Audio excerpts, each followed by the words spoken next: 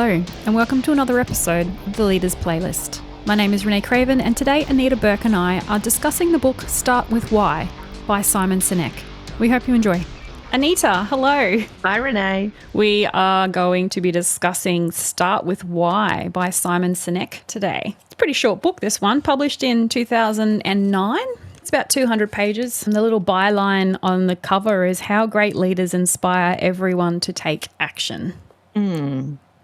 I think to summarise the book, Simon shares a lot of stories to help illustrate why is important, why understanding and behaving in that way is important in leaders. And lots of stories, lots of the usual stories. I say usual, but maybe back in 2009 they weren't that common. Maybe they were pretty new, fresh stories back then, but when you read as many books as we do, you've got you hear the same stories around, Apple and Martin Luther King and NASA and Southwest Airlines and Walmart and those kinds of organizations. So yeah, lots of stories to help illustrate why it is important to have that why statement. I was going to say the same thing. I felt that the stories were, we know these. They've been used so many times, so often in examples in books and training and elsewhere. But maybe he started it. I don't know. Maybe that's where they've come from. Yeah, maybe. And I've seen so many of his videos as well where he talks about the same stuff and frequently uses these examples. So maybe that's where it's come from. One of the ways that Simon structures the book is around a concept or a model that he calls the golden circle, and how why is at the center of that circle, and then the how and the what comes as a result of that circle. He describes the golden circle finds order and predictability in human behavior. It helps us understand why we do what we do. The golden circle provides compelling evidence of how much more we can achieve if we remind ourselves to start everything we do by first asking why. And that why is often translated in corporate speak with a purpose or a vision statement or a mission. And he almost implied in the book that not every company had one. And that was kind of news to me. All of the companies I've ever worked for, it's always been the anchor that CEOs cling to and talk about and share, and it often gets reviewed every few years and they come out with a new one. So I was kind of confused that how is this why new? But maybe it was 14 years ago. Maybe the text again was different at that time, but or maybe it's always been a thing in Australia. I don't know. Yeah, maybe. I mean, I know that organizations have a purpose statement or a mission statement or something, and then values that underlie that statement. But I've also been in organizations where they have that statement, but the people working in that organization don't embody it. So they can tell me what it is. Connected. Yeah, they can tell me what it is, but they don't have, I guess at the end of the day, they don't understand the why. It's more of the what we do, and this is how we do it, but why we're doing it, they don't understand. When you can ask that question, why are you doing that? They don't really, because we're told we have to, or because it's been prioritized, or because that's what the customer wants. Well, that's how we make money. Yes. That's how we make profit for our shareholders. Yes, exactly. And he kind of addresses that as well, because he says that making money isn't a why, but it's a result of the why. You need a deeper reason rather than just making money. But if you're connected to the why, then the money will come. There was another piece actually that you mentioned values in there, and one of the things I liked in the chapter where he talked about values and guiding principles, where he said if you have to write honesty on your wall to remind you to do it, then you've got bigger problems, which I totally agree with. That's kind of like, often you see values in a corporate situation and you think, really? Doesn't this kind of go without saying? Do we have to be that explicit Yeah. about those things? And the other thing he said was that your values should be verbs. So instead of having a value like integrity, you would rather say we always do the right thing. And I have sort of seen a shift in recent years to that sort of style of values in the corporate world, where they're more action-based and actually giving you clarity about how that looks, what that looks like to live that value. Something I always try and do in teams, here's the corporate values and here are the Scrum values, but what do they mean to us? And translating that into, not translating, but, coming up with some kind of principle that is more action oriented so it means more to the team members. I really liked his statement around leadership. And there was lots of leadership. I mean, it was kind of the crux of the book. But one bit that I highlighted that I thought was really powerful and illustrated the golden circle really well.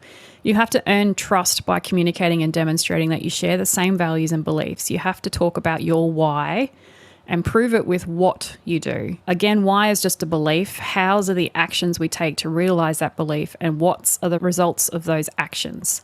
When all three are in balance, trust is built and value is perceived. That made me think about lots of leaders that I've worked for or worked with in the past. And it's interesting because it ties into some of the books that we've also read recently that we haven't yet recorded our discussion about. But why are you a leader, and how are you behaving in that way, and how are you behaving to demonstrate the values of the organisation and the purpose of the organisation as well? Was that in chapter 6, the emergence of trust? I'm Yes. assuming it was. Yes. Yeah, because there were some points he made in that chapter as well that I like the one that you've shared there, but there were some other points that didn't sit as well with me, and it might be the evolution of time since it's written that has changed. But he did talk about that he thinks we tend to surround ourselves with people who see the world the way that we see it, and that you should hire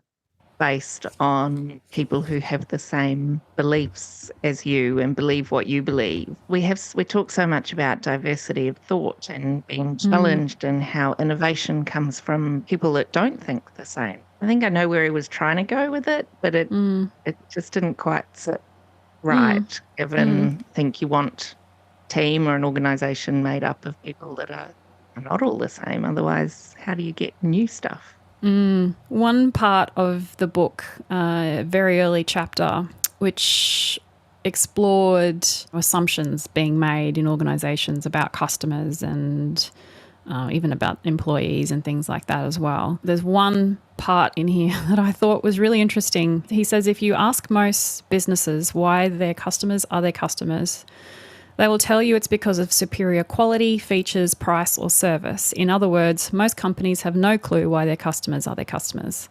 If companies don't know why their customers are their customers, odds are good that they don't know why their employees are their employees either. Do you think the organisations that we've had exposure to understand why their customers are their customers? Well, I think there's so many varied reasons for customers being their customers. I think for the most part they do.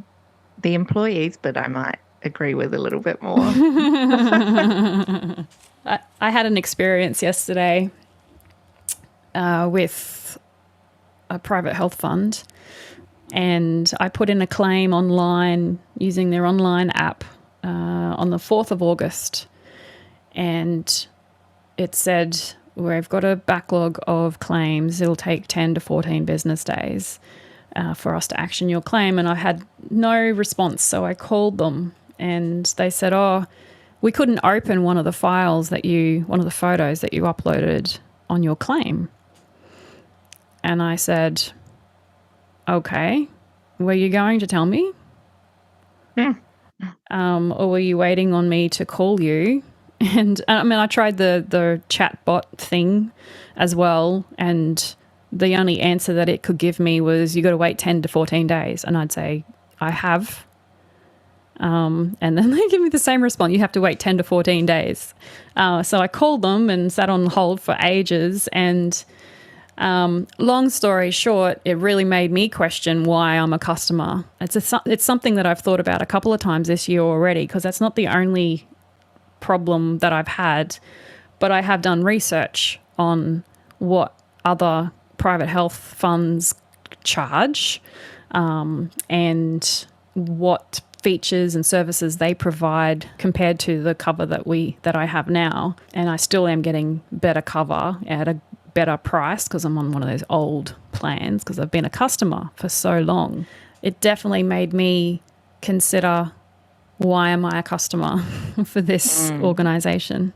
And interesting, that sort of organisation providing service that you need rather than want, which also I think makes a difference. They know that they're needed, and that sort of changes the dynamic, I think, around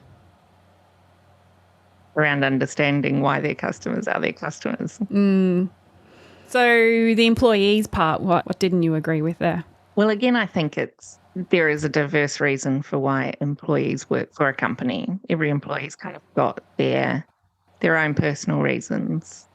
And I don't think that's understood well enough. I think there's kind of this generic view, is a generic employee value proposition that's provided. You see it on job ads where they talk about the benefits, the parental leave, the whatever it might be that they think they're giving you as an employee that's better than other organisations. But not everybody's going to work for a company and become a parent. So the things like offering those things do not appeal to everybody. So I think there's a lot of mismatch there, that they tend to get sort of quite singular in their view about what they're offering, and it becomes quite a generic offering for employees that doesn't become something that's more flexible and targeted. There's a piece in chapter 8 in the book where the chapters start with why but no how, and this is where he recommends flipping the golden circle on its side, so it almost looks like a pyramid, I guess. And you see the 3 sections of the golden circle as layers. So he talks about the fact that it's 3-dimensional, and doing that flip allows you to see that it almost converts to a hierarchical structure. So the why at the top being sort of what the CEO is sharing and caring about. The next level is the how. So it's sort of the senior execs that take that why and which might be your destination, and senior execs take that why and find the route to get there. So how are they going to bring it to life? And then the what at the bottom of the cone is sort of where the doers are, the people bringing it to life and making it happen, which I quite liked. It sort of sits nicely in with some of the strategic design stuff that I've seen in the past, like ACDBs and that sort of thing. So I thought that was nicely done, clever way to look at it. And it might be a easier way to explain the role of leadership to leaders as well. Yeah. If we're facilitating a workshop or whatever, and that topic came up, or it was an area specific that we were running the workshop for, like you said, it's kind of shows the hierarchy. So whether it's a very hierarchical organization or not, it doesn't really matter. You guys are leaders, and here is where you align, and then maybe it's even identifying the different personas or roles or whatever as an activity on that pyramid, just to help illustrate the point, maybe. Yeah. And I'd seen some of the Simon Sinek videos where he talks about the golden circle and draws it up, but I'd never seen him convert it into that cone before. So it was one of the few new things I got out of the book. And I think during our regular catch-ups while we were reading the book, we kind of talked about the fact that there's sort of only so much to say on the why, He did sort of drag it on quite a bit, and it was a little bit repetitive, probably. Could have got most of the information in a short summary. But I do know people that just rave about it.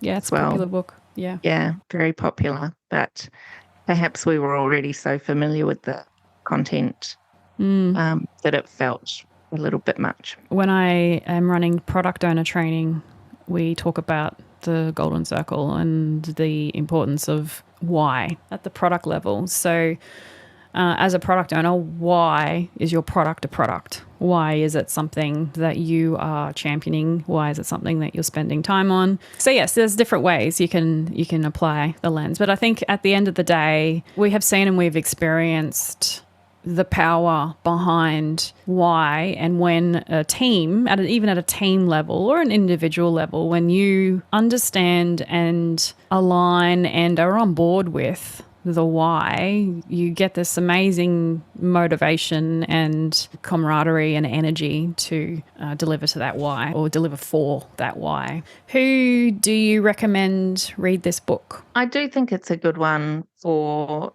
leaders if they're not experienced in this side of strategic thinking. Yeah, I agree. Yeah, it's probably dependent on where you're at in your career journey. But I do think it's probably, if you're new to it, if you're in your early stages, it's a good one. Or even a refresh. Yep. Thanks, Anita. Till next book. Thanks, Renee. Thank you for listening to the Leaders Playlist. We hope you enjoyed this episode. Please be sure to share our podcast with your family, friends, and work colleagues. Until next episode.